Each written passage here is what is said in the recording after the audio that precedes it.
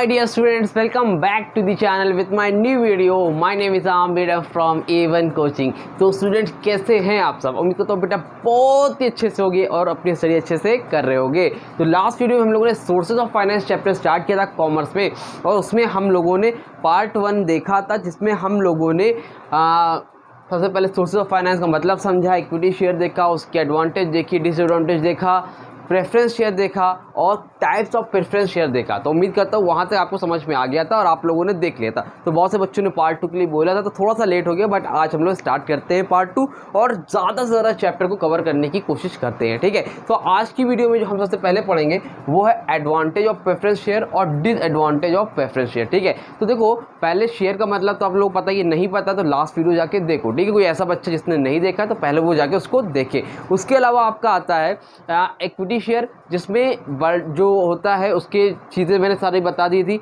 अब preference share क्या होता है वो भी मैंने बता दिया था। नॉर्मली एक बार फिर से देख लो कि प्रेफरेंस शेयर वो लोग प्रेफर करते हैं, प्रेफरेंस शेयर वो लोग प्रेफर करते हैं, वो लोग लेते हैं जो थोड़े से डरपोक टाइप के होते हैं, कॉशियस टाइप के होते हैं, रिस्क लेना पसंद नहीं करते हैं, ऐसे लोग लेते हैं क्या, प्रेफरेंस शेयर। अब इक्विटी शेयर में क्या होता है, प्रॉफिट या तो बहुत ज़्यादा होगा या तो बहुत कम होगा। ठीक है, लेकिन प्रेफरेंस शेयर में क्या होता है, आपका प्रॉफिट रेट क्या होता है, फिक्स होता है। प्रॉफिट रेट क्या होता है आपका बेटा, फिक्स होता है, आपको इतना पैसा मिलता है अगर कंपनी को प्रॉफिट होता है तो। और इक्विटी शेयर वालों से पहले प्रेफरेंस शेयर वालों को प्रॉफिट मिलता है। ठीक है, अब हम लोग आगे बात करते हैं इसमें। सबसे पहले एडवांटेज ऑफ प्रेफरेंस शेयर। अब प्रेफरेंस शेयर की क्या क्या एडवांटेज है भाई, डरपोक लोग लेते हैं प्रेफरेंस शेयर, उनको रिस्क लेना पसंद नहीं होता है, तो अब उनके लिए क्या क्या एडवांटेज है। तो पहली चीज़ तो कंपनी के पॉइंट ऑफ व्यू से, अगर कंपनी प्रेफरेंस शेयर सेल करती है, अगर कंपनी प्रेफरेंस शेयर इशू करती है तो कंपनी के क्या फ़ायदे होते हैं। ठीक है, number 1, no burden on earning. किसी भी तरह का बर्डन नहीं होता है कंपनी के ऊपर, कंपनी के ऊपर किसी भी तरह का बर्डन नहीं होता है। किस सेंस में भैया, देखो अगर कंपनी को प्रॉफिट होगा तब कंपनी प्रॉफिट देगी, किसको, प्रेफरेंस शेयर वालों को। अगर कंपनी को प्रॉफिट होगा तभी कंपनी क्या करेगी, प्रॉफिट देगी प्रेफरेंस शेयर वालों को। हाँ, इक्विटी शेयर वालों से पहले देगी, इक्विटी शेयर वालों से पहले देगी प्रेफरेंस शेयर वालों को, लेकिन प्रॉफिट होगा तभी तो देगी ना। प्रॉफिट नहीं हुआ तो क्या कह देगी, भैया जाओ टाटा बाय बाय, मेरे पास प्रॉफिट ही नहीं हुआ, समझ रहे हो। तो नो बर्डन ऑन अर्निंग, किसी भी तरह का बर्डन नहीं होता है। Second is appeal to cautious investors. Cautious investors का मतलब क्या होता है भाई, ये प्रेफरेंस शेयर जो होते हैं ना, ये वो लोग प्रेफरेंस शेयर वो लोग लेना पसंद करते हैं जो कि रिस्क लेना पसंद नहीं करते हैं, है ना, जिनके पास पैसों की कमी होती है या फिर होता भी है तो वो डरते हैं, है ना। वो लोग माज़ा पीने वाले होते हैं। कौन होते हैं, माज़ा वाले होते हैं, माउंटेन ड्यू वाले नहीं होते। समझाने के लिए बता रहा हूँ, माउंटेन ड्यू देखियो ना, थम्स अप देखियो ना, सलमान खान पहाड़ पर चढ़ते हुए चले जाते हैं, और जो माज़ा पीते एकदम फ्रूटी वाले, है ना, तो वो लोग माज़ा वाले आ गए, फ्रूटी वाले आ गए, उनको रिस्क लेना बिल्कुल भी भैया पसंद नहीं है। तो यहाँ पर क्या होता है, कंपनी का फ़ायदा होता है। कंपनी का कैसे फ़ायदा होता है भाई, अगर मान लो किसी साल कंपनी को 1 करोड़ का फ़ायदा हुआ तो इक्विटी शेयर वालों को क्या करना पड़ेगा, बहुत ज़्यादा प्रॉफिट देना पड़ता है, अनलिमिटेड प्रॉफिट देना पड़ता है, जितना प्रॉफिट हुआ उस हिसाब से प्रॉफिट बांटना पड़ेगा। लेकिन अगर प्रेफरेंस शेयर लोगों ने लिया है तो कंपनी का फ़ायदा क्या है, कंपनी भैया 1 करोड़ कमाई है, 1-1 लाख रुपए दे देगी सबको, जितने की बात हुई है। अब चाहे 10 करोड़ का प्रॉफिट हो, लेकिन हम कितना देंगे, 1 लाख ही देंगे, 1 लाख ही देंगे। अगर कंपनी को 100 करोड़ का प्रॉफिट हो गया और बात हुई है प्रेफरेंस शेयर वालों को, भैया तुमको 2 लाख देना है, तो वो 2 लाख रुपए ही देंगे। समझ रहे हो, 100 करोड़ होने के बाद भी 2 लाख का प्रॉफिट, कितने अफसोस की बात है। तो इसमें कंपनी का जो फायदा है, ज़्यादा पैसा कमा लिया तो ज़्यादा पैसा देना ही नहीं पड़ता है। तो appeal to cautious investors. Number 3, no interference in management में किसी भी तरह का इंटरफेयर नहीं होता है। क्यों, क्योंकि इनके पास वोटिंग राइट्स नहीं होता है। जो लोग प्रेफरेंस शेयर लेते हैं उनके पास वोटिंग राइट्स नहीं होता है, और जब वोटिंग राइट्स नहीं होता है तो मैनेजमेंट में किसी भी तरह का इंटरफेयर नहीं कर सकते हैं। नंबर 4, तो अपने हिसाब से कंपनी काम करती है, जब कोई इंटरफेयर नहीं करेगा तो कंपनी कोई डिस्टर्ब करने वाला नहीं होता है। 4th is no charge on asset. Company को जब पैसे की ज़रूरत होती है, नॉर्मली आप लोग पैसे लेते हो, लोन वगैरह लेते हो, तो आपको गिरवी रखना पड़ता है कोई ना कोई सामान, अपना घर, ज़मीन, जायदाद, कार, बंगला, कुछ ना कुछ। बट अगर आप प्रेफरेंस शेयर इशू करते हो, आपको पैसे भी मिल जाएंगे और आपको कोई भी चीज़ गिरवी नहीं रखनी पड़ेगी, अपना कोई भी एसेट गिरवी, मॉर्गेज लोन समझते हो ना, मॉर्गेज नहीं रखना पड़ेगा। ठीक है। Number 5, flexibility. इसमें कंपनी का फ़ायदा है, फ्लेक्सिबिलिटी रहती है। मान लो कंपनी को आज पैसे की ज़रूरत है, आज कंपनी को पैसे की 10 लाख की ज़रूरत है, कंपनी ने क्या किया, प्रेफरेंस शेयर इशू कर दिया, ले लिया। अब 2 साल बाद आफ्टर 2 ईयर्स 2 साल के बाद कंपनी के पास पैसा आ गया 2 लाख रुपए। अब कंपनी को उस पैसे की ज़रूरत नहीं है, तो कंपनी क्या कर सकती है, उनके पैसे को रिटर्न कर सकती है, वापस कर सकती है। इक्विटी शेयर में ऐसा नहीं है, एक बार पैसा ले लिया तो आप लास्ट में ही वापस कर सकते हो जब बिजनेस बंद करोगे। लेकिन प्रेफरेंस शेयर में क्या है, आप पैसे को एक फिक्स टाइम के बाद वापस कर सकते हो, ठीक है। तो ये कंपनी के पॉइंट ऑफ व्यू से आपकी एडवांटेज हो गई। अब शेयर होल्डर की पॉइंट ऑफ व्यू से क्या क्या एडवांटेज है भाई। शेयर होल्डर के पॉइंट ऑफ व्यू से अगर हम लोग बात करें तो इसमें सबसे पहले नंबर 1 पर आता है बेटा, rate of dividend is fixed. तो अब सपोज मान लो आप शेयर होल्डर हो या आप इन्वेस्टर हो, आपने पैसे लगा रखे हैं किसी कंपनी में, तो आपका रेट ऑफ डिविडेंड क्या है, फिक्स है। तो अगर कंपनी को प्रॉफिट हुआ, तो कंपनी आपको प्रॉफिट देगी, वही फिक्स है, ठीक है। आपके जो इक्विटी शेयर वाले होते हैं उसमें प्रॉफिट फिक्स नहीं होता, या तो बहुत ज़्यादा मिल सकता है या तो बहुत कम है। लेकिन अगर कंपनी को प्रॉफिट हुआ है तो इक्विटी शेयर वालों से पहले कंपनी आपको प्रॉफिट देगी। किसको देगी, प्रेफरेंस शेयर वालों को देगी, ठीक है। और फिक्स आपका जो रेट है वो फिक्स है, तो देगी ही देगी, ठीक है। मतलब इतना रिस्क इसमें नहीं होता है। Number 2, less risk. वही चीज़, रिस्क क्या होता है, जो लोग प्रेफरेंस शेयर लेते हैं उसमें रिस्क कम होता है, प्रॉफिट होता है, तो कंपनी आपको देती ही देती है profit. Number 3, expect to get back their investment. Expect to get back their investment का मतलब क्या है कि आपने आज पैसा लगा दिया, मान लो मैं हूँ, आज मैंने पैसा किसी कंपनी में लगा दिया, तो 2 साल बाद, 5 साल बाद, 10 साल बाद मुझे वो पैसा भी वापस मिल जाएगा। इंटरेस्ट तो मिल रहा है मुझे, डिविडेंड तो मिल रहा है, वो पैसा भी मुझे एक फिक्स टाइम के बाद वापस मिल जाता है, ठीक है।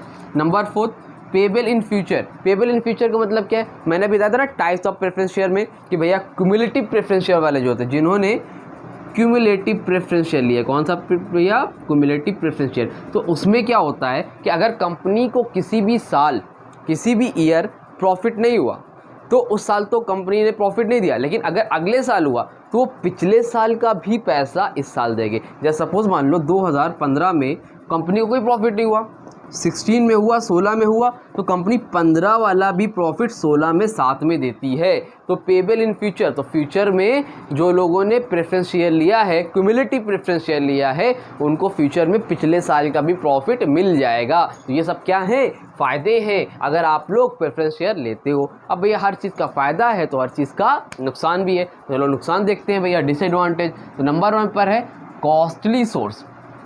From the viewpoint of company के पॉइंट ऑफ व्यू से क्या डिसएडवांटेज है, बहुत ही कॉस्टली पड़ता है। कॉस्टली मतलब महंगा पड़ता है। भाई देखो, प्रेफरेंस शेयर और एक होता है डिबेंचर्स। डिबेंचर्स क्या होता है अभी हम लोग डिटेल में बात करेंगे। नॉर्मल समझ लो एक लोन होता है जो हम लोग पब्लिक से लेते हैं, नॉर्मल समझ लो अभी एक लोन होता है जो कि हम लोग पब्लिक से लेते हैं, और प्रेफरेंस शेयर भी हम लोग पब्लिक से लेते हैं। तो कंपनी को प्रेफरेंस शेयर महंगा पड़ता है इन कंपेयर टू डिबेंचर्स, ठीक है। तो अगर कंपनी को पैसा चाहिए परमानेंट तो वो इक्विटी शेयर ले ले, अगर कंपनी को टेम्प्रेरी बेसिस पे पैसा चाहिए तो डिबेंचर्स इशू कर लेना, प्रेफरेंस शेयर क्यों इशू करे। तो कंपनी प्रेफरेंस शेयर इशू करती है तो उसको वो महंगा पड़ता है। Number 2, permanent burden. क्या होता है, परमानेंट बर्डन होता है। परमानेंट बर्डन मतलब अगर कंपनी को किसी साल प्रॉफिट कम हुआ, या जिन लोगों ने ये वाला लिया था, अभी बताया था ना क्यूमुलेटिव वाला, तो अगर मान लो कंपनी को किसी साल प्रॉफिट नहीं हो पाया, 2016 में प्रॉफिट नहीं हुआ, इनके लिए तो एडवांटेज है भैया, 2015 में नहीं हुआ तो 16 में मिल जाएगा। लेकिन जो कंपनी के पॉइंट ऑफ व्यू सोचो, कंपनी के पॉइंट ऑफ व्यू से क्या है नुकसान, भैया 15 में प्रॉफिट नहीं हुआ, 16 में प्रॉफिट नहीं हुआ, अब 2017 में मुझे 15 और 16 वाला भी देना पड़ रहा है। तो कंपनी के पॉइंट ऑफ व्यू से क्या है, एक बर्डन है ना, ठीक है। नंबर 3, लीगल फॉर्मेलिटीज़ में जो लीगल होती है वो बहुत ज़्यादा होती है, जब पैसा वापस करना होता है, पैसा लेना होता है, तो लीगल फॉर्मेलिटीज़ होती है। 4th क्या है, लो अपील। लो अपील का मतलब बेटा यहाँ पर यह है कि जो बहुत ही कम लोग प्रेफरेंस शेयर लेना पसंद करते हैं। क्यों पसंद करते हैं भाई, बहुत कम लोग क्यों प्रेफरेंस शेयर लेते हैं, उसका रीज़न ये है कि जिनको रिस्क लेना पसंद है, जो लोग रिस्क टेकिंग होते हैं, रिस्क लेना पसंद करते हैं, वो लोग इक्विटी शेयर ले लेते हैं। और बेचारे जो लोग डरपोक टाइप के होते हैं, रिस्क लेना नहीं पसंद करते हैं, वो लोग डिबेंचर्स ले लेते हैं। तो प्रेफरेंस शेयर लोग इतना ज़्यादा लेना पसंद करते ही नहीं है, समझ में। तो यहाँ पर क्या होता है, लो अपील, ठीक है, समझ में आया। लास्ट है from the viewpoint of shareholder. तो शेयर होल्डर के पॉइंट ऑफ व्यू से क्या डिसएडवांटेज है भाई। Number 1, lack of voting rights. Voting rights नहीं होता है। है ना, पता है ना, जो लोग प्रेफरेंस शेयर लेते हैं उनके पास वोटिंग राइट्स नहीं होता है। हाँ, एक कंडीशन है कि कंपनी को 2 साल से प्रॉफिट नहीं हो रहा है, ये एमसीक्यू में आ सकता है। अगर ऐसी कंडीशन कंपनी 2 साल से प्रॉफिट नहीं कमा रही है तो वो प्रेफरेंस शेयर वालों को वोटिंग राइट्स दे देती है। अगर कंपनी 2 साल से प्रॉफिट नहीं कमा रही है तो वो प्रेफरेंस शेयर वालों को वोटिंग राइट्स दे देती है, ठीक है। नो कैपिटल एप्रिसिएशन, जो उन्होंने इन्वेस्टमेंट लगाया बस उतना ही पैसा मिलता है, उस पर कोई एप्रिसिएशन अलग से नहीं मिलता है। किसी तरह कंपनी को बहुत ज़्यादा फ़ायदा हो गया, उसका बूम पीरियड आ गया, है ना, बहुत कंपनी बहुत प्रॉफिट में, तो वो फिक्स ही देगी आपको। 50,000 की बात हुई 50,000 देगी, उसमें बढ़ा के नहीं देगी, ठीक है।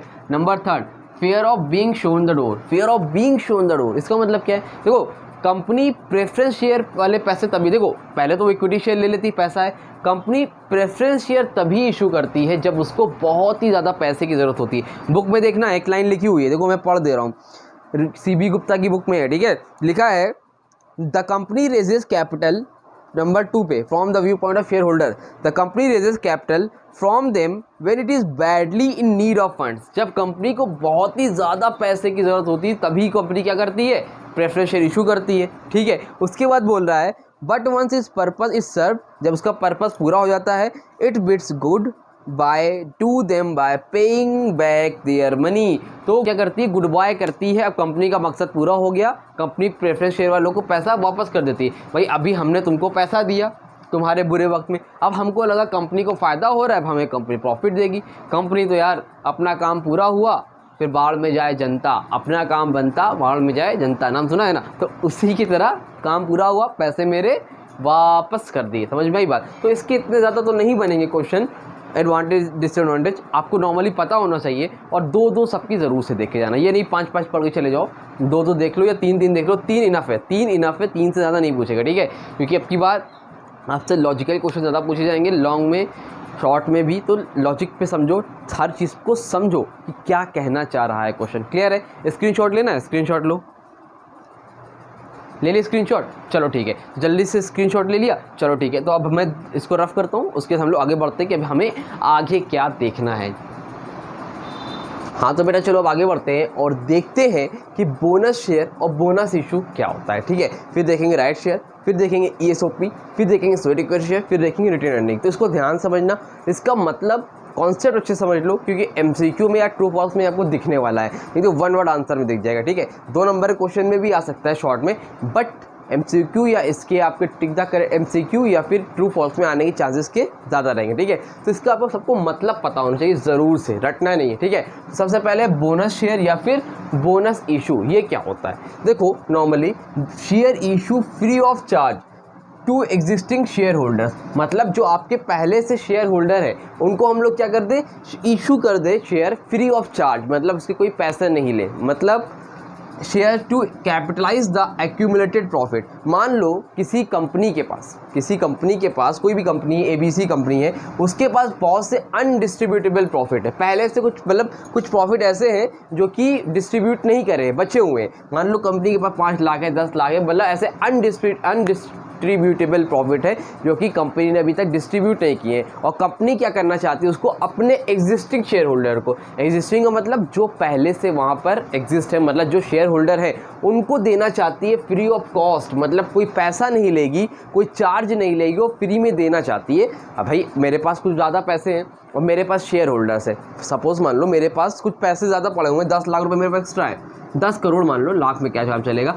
अब मैं चाह रहा हूँ कि यार मेरे जो शेयर होल्डर है उनको मैं खुश कर दूं, है ना भाई, उनको मैं पैसे दे दूँ, खुश हो जाएंगे, जाहिर सी बात है। अगर आप कोई मेरे साथ काम कर रहा होगा उसको मैं पैसे बढ़ा के दूंगा, सैलरी बढ़ा के दूंगा, तो वो खुश होगा कि नहीं होगा कि नहीं होगा। तो इसी तरह कंपनी के पास कुछ ऐसे प्रॉफिट जो कि डिस्ट्रीब्यूट नहीं हुए हैं, तो वो कंपनी क्या करती है? फ्री ऑफ कॉस्ट क्या कर देती है? इशू कर देती है, उनको फ्री ऑफ कॉस्ट दे देती है। उसी को हम लोग क्या बोलते हैं? बोनस शेयर या फिर बोनस इशू। क्या बोलते हैं? बोनस शेयर या फिर बोनस इशू। अब इसकी कुछ कंडीशन से ऐसे ही नहीं दे सकते हो। पहली कंडीशन क्या भैया? AOA of the company must authorise. AOA का मतलब क्या होता है? Article of association. अब डिटेल में इसके बारे में बात नहीं करेंगे, 11वीं क्लास में पढ़ के आओगे, ठीक है। तो मतलब बस आर्टिकल ऑफ एसोसिएशन से कंपनी क्या होना चाहिए? आपकी ऑथराइज होना चाहिए। उसके बाद रिकमेंडेशन ऑफ बोर्ड, इसको रिकमेंडेशन कौन देगा? Board of director. अगर वो बोलेगा तभी बोनस शेयर दिया जाएगा, किसको? जो कि एम्प्लॉइज हैं, ठीक। Number 3, not defaulted in payment of interest, मतलब बोल रहा है कि भाई बोनस तो दे रहे हो, भाई मेरे पास 10 लाख रुपए था, 10 करोड़ था ना, सॉरी 10 करोड़ रुपए था, ठीक है। अब मुझे इंटरेस्ट भी तो देना है, टैक्स भी तो देना है।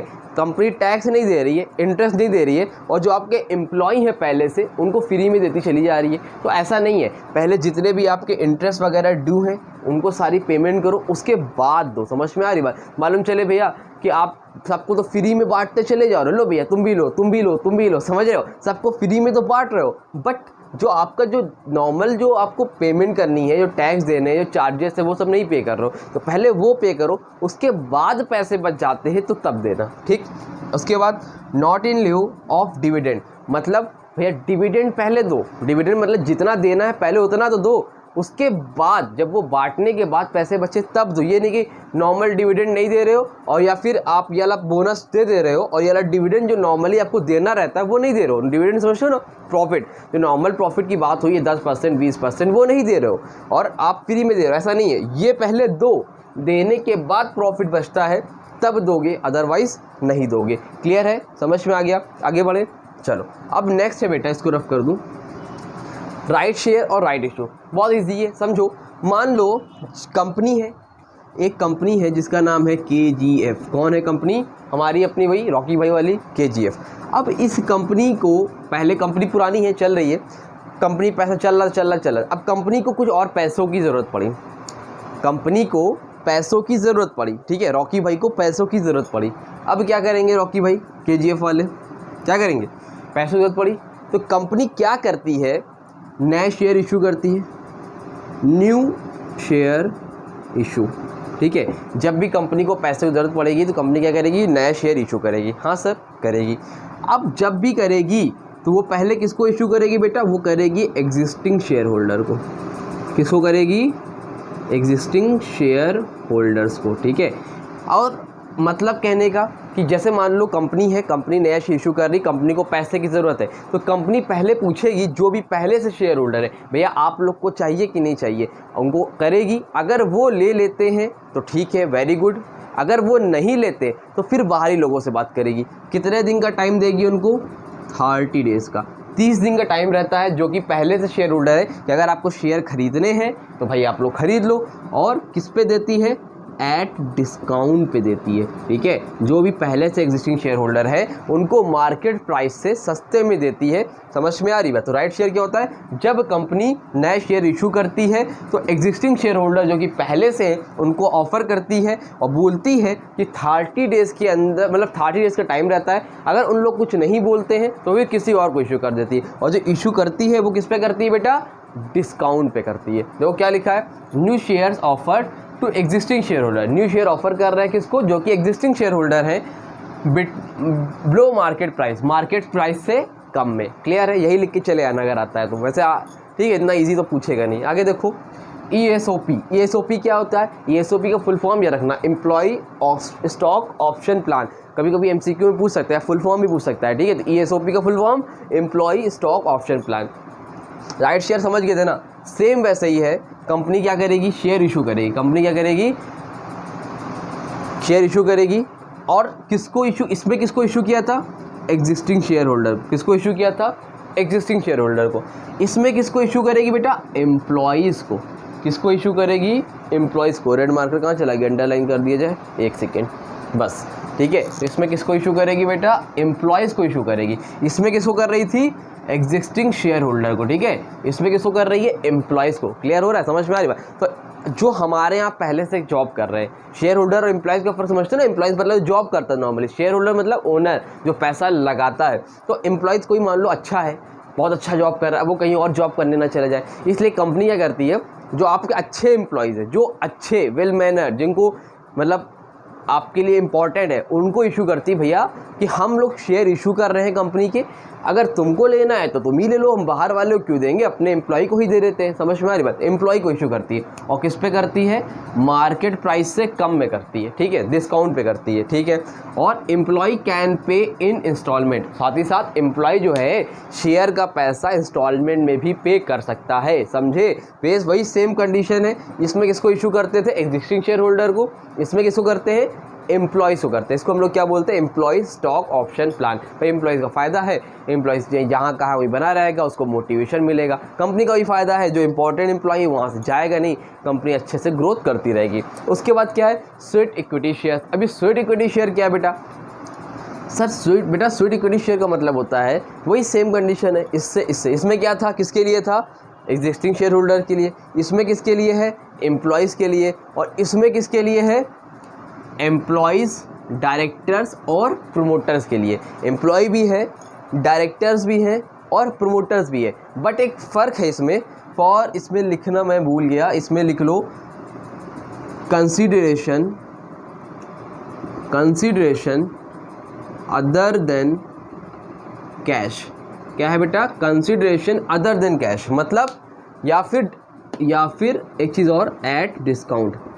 कंपनी क्या करती है, जब ये शेयर, इसमें क्या करती है, स्वेट इक्विटी शेयर में कंपनी नए शेयर इशू करती है। जब कंपनी नए शेयर कभी भी इशू करती है तो इनको ऑफ़र करती है, एम्प्लॉयज़ को, डायरेक्टर्स को, प्रोमोटर्स को, और बोलती है कि आप चाहो तो डिस्काउंट पे ले लो या फिर आप चाहो तो कैश की जगह पे मुझे कुछ और दे दो, कंसिडरेशन अदर देन कैश। इसका मतलब है कंपनी ने शेयर इशू करे, बदले मुझसे उसकी सर्विस ले ली, उस घर से आप कोई एसेट लेके आ गए, कोई सामान था आपके पास में, आपने वो कंपनी को दे दिया, मतलब कैश की जगह पे कुछ भी दे दिया, उसको हम लोग क्या बोलते हैं, स्वेट इक्विटी शेयर। ऐसे शेयर जो consideration other than cash, cash की जगह पे कुछ और लेके इशू करे जाते हैं, उसको हम लोग क्या बोलते हैं, स्वेट इक्विटी शेयर। या फिर आप एट डिस्काउंट पे कर सकते हो। किसको करोगे भैया, एम्प्लॉयज़ को, डायरेक्टर्स को और प्रमोटर्स को। क्लियर है। कंडीशंस क्या है इसकी, 2 कंडीशन है, at least 1 year must have lapse, मतलब कंपनी को कम से कम 1 साल तो पूरा होना चाहिए, 1 साल पुरानी कंपनी होनी चाहिए। Second is regulations by SEBI समझते हो ना, security exchange board of India, वहाँ से सारे नियम कानून जो पास है वो सारे चीज़ों को आपको फॉलो करना चाहिए। अगर कंपनी फॉलो कर रही है तो company sweat equity share issue कर सकती है। क्लियर हुआ, समझ में आया। चलो अगला देखो, लास्ट है रिटेन्ड अर्निंग। रिटेन्ड अर्निंग क्या होता है सर, देखो समझना, मान लो आपकी एक कंपनी है, कंपनी को ग्रो करने के लिए, फॉर ग्रो, GROW, ग्रो करने के लिए पैसों की ज़रूरत होगी नहीं भाई, कोई भी इंसान हो ग्रो करने के लिए पैसे ज़रूरत होगी। अगर मुझे डिजिटल बोर्ड खरीदना है तो मुझे भी पैसों की ज़रूरत होगी। हाँ, तो हम लोग प्लान में है इस तरह बहुत जल्द आपके लिए लेके आएंगे, ठीक है, आपको और अच्छे से अच्छा कंटेंट प्रोवाइड करेंगे। तो कंपनी क्या कर रही है, ग्रो करना है, पैसों की नीड है। तो अब कंपनी के पास 2 ऑप्शन है, या तो कंपनी शेयर इशू कर ले, डिबेंचर्स इशू कर ले, बैंकों से लोन ले ले, एक तो ये ऑप्शन है भाई, ठीक है। दूसरा कंपनी के पास ऑप्शन ये है कि मान लो कंपनी 2016 में, मान लो सपोज 2 लाख का प्रॉफिट हुआ, 2017 में 3 लाख का प्रॉफिट हुआ, 2018 में 4 लाख का प्रॉफिट हुआ, ठीक है, 2019 में 3.5 लाख का प्रॉफिट हुआ, ठीक है। अलग अलग साल नॉर्मली कंपनी को प्रॉफिट हो रहा है।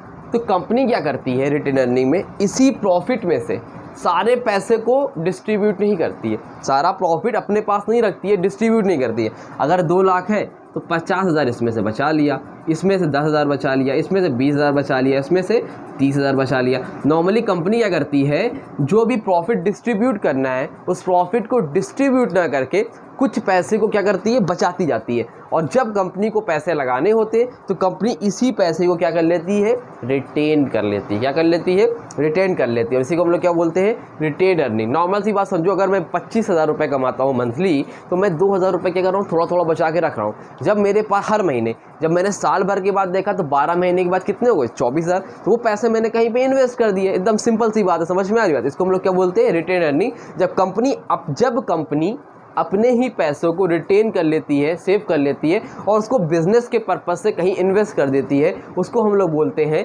Retained earning. क्या लिखा है, accumulated profit of past reinvested in business, ठीक है।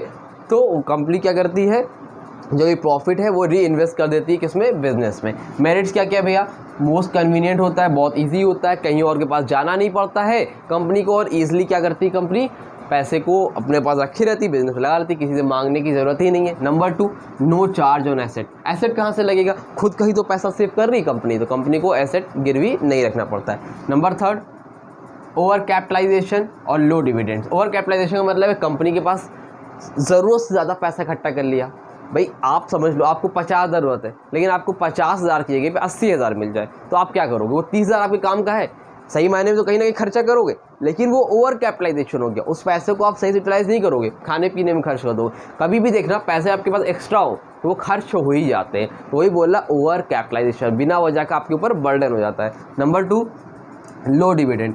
जो शेयर होल्डर्स होते हैं उनको डिविडेंड क्या मिलता है? लो मिलता है।